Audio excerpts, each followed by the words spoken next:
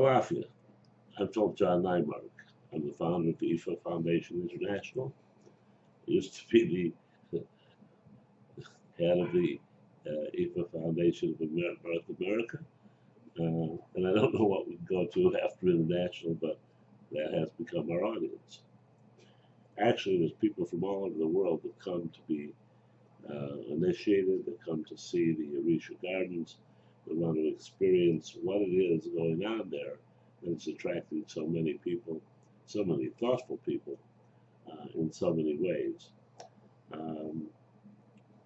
My job here, of course, in this is to bring you the latest look at the energies for the coming week, energies which will impact you and yours in very definitive ways, none of them the same.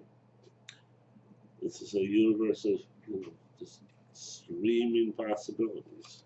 Something I can't, say enough. But it's endless opportunities.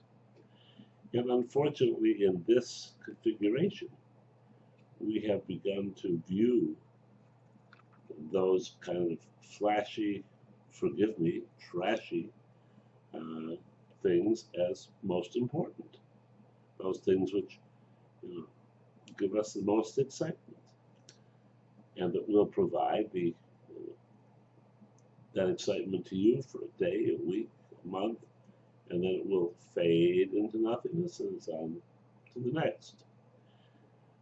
But the universe also carries with it the opportunities for making the most out of those things they bring, and those are generally kind of they're not dull, they're not shabby, and the more conditioned you become to selecting them, the better they're going to look. But the things that, talk about you, talk about your significant others, talk about your family, talk about your community, talk about the planet that you live on, water you drink, those kinds of things, they're all going to influence you in a way that make you, or should make you, happy or unhappy. Our job is to make you happy. Eva's job is to make you happy. It's not about penance. It's not about being a bad child. It's not about any of those kinds of things.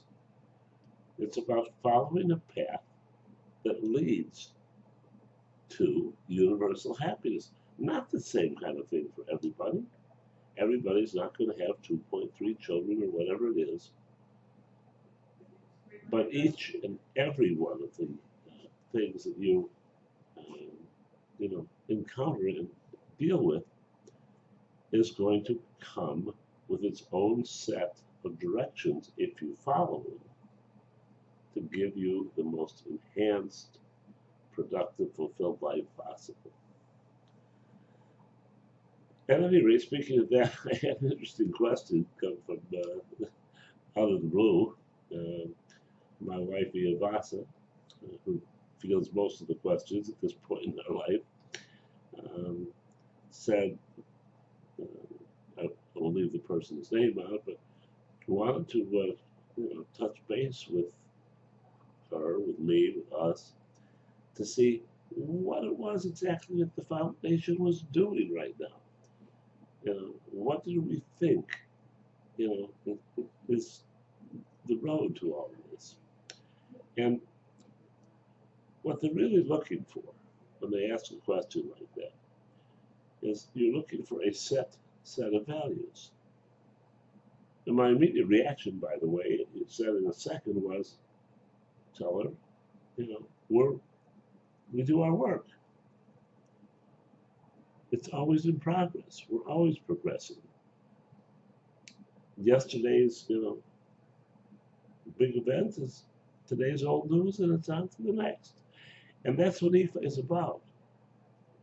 But somehow, most people can't get the message on that, and most people, are very comfortable going and, with other people that will, tell them, no, it's all in a fixed order. You do it this way, they've done it for 1,000 years, etc., etc.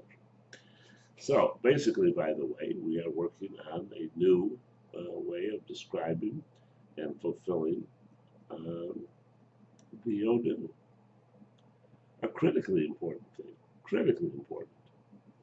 Um, it hasn't been done, you know, I don't know how long. It hasn't been done certainly since the Babalaos quit getting together, gathering, comparing what they were doing, etc., which propelled this forward. But now, with quantum physics, with other kinds of things, we are, you know, I mean, developing a system and training a small group at this point who will carry it to others, you know, eventually, and spread the news that way. But frankly, I mean, if the good Lord gives, you know, if I'm inscribed in that book of faith, a few years later down the line, we'll be working on something else. We'll be doing something else which is equally, if not more, significant. We never look back. We always look forward. At any rate, it's a lot of lecturing to you, but this week the energy is Okanran Ogbi.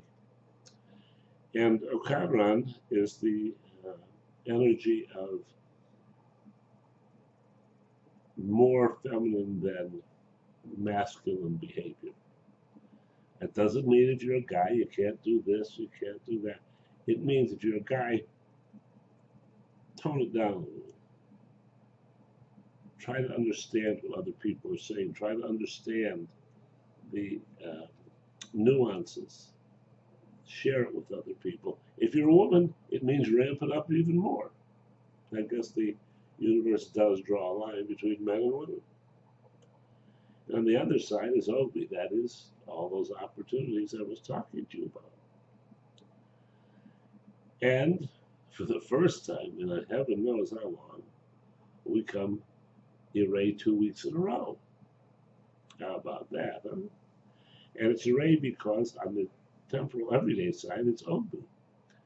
It's apparently we are taking those opportunities that come our way and selecting those which will have the greatest likelihood of giving us a total package of happiness, success, prosperity, and joy. And on the everyday side, it's excuse me, it's ED, which is about the pleasures of Shun and joys, and learning to, you know, take care of those as well. And the interesting thing is that the influence here is health. I mean, there's a very strong implication that our health, both in the temporal as well as in the everyday side, are going to be affected here. And frankly, at my age, good health is not a bad idea. And more important, it's to our ancestors. Our ancestors play a huge part in this. Now, in this case, it's not our primary ancestor, it's the whole corpus of our ancestors. We're reaching up to wherever it is that they are, and we're getting their attention for the time that we pray to them, for the time that we offer something to them. And this time, by the way, that offering should be a cigar, which means that there's contemplation about. It means we should need to take our time in delving into all of the things that we do and make sure we are making the right decisions. So, if you are, you know, fortunate enough to have an ancestral shrine, you go there. You take clear water, 1 glass, not 7 or 16 or God knows how many. A single tea candle or candle of appropriate size. And then pray. And, excuse me, and of course the cigar. Take a few puffs from the cigar unless you're mightily disposed to not touching tobacco, and pray to your ancestors. You pray to each one by name, saying the name 3 times in a row, and asking them for the ability to separate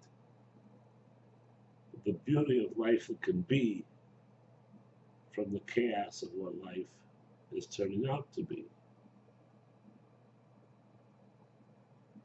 Then leave the cigar, come back in a couple of days, and see what happens. And until next time, love and blessings.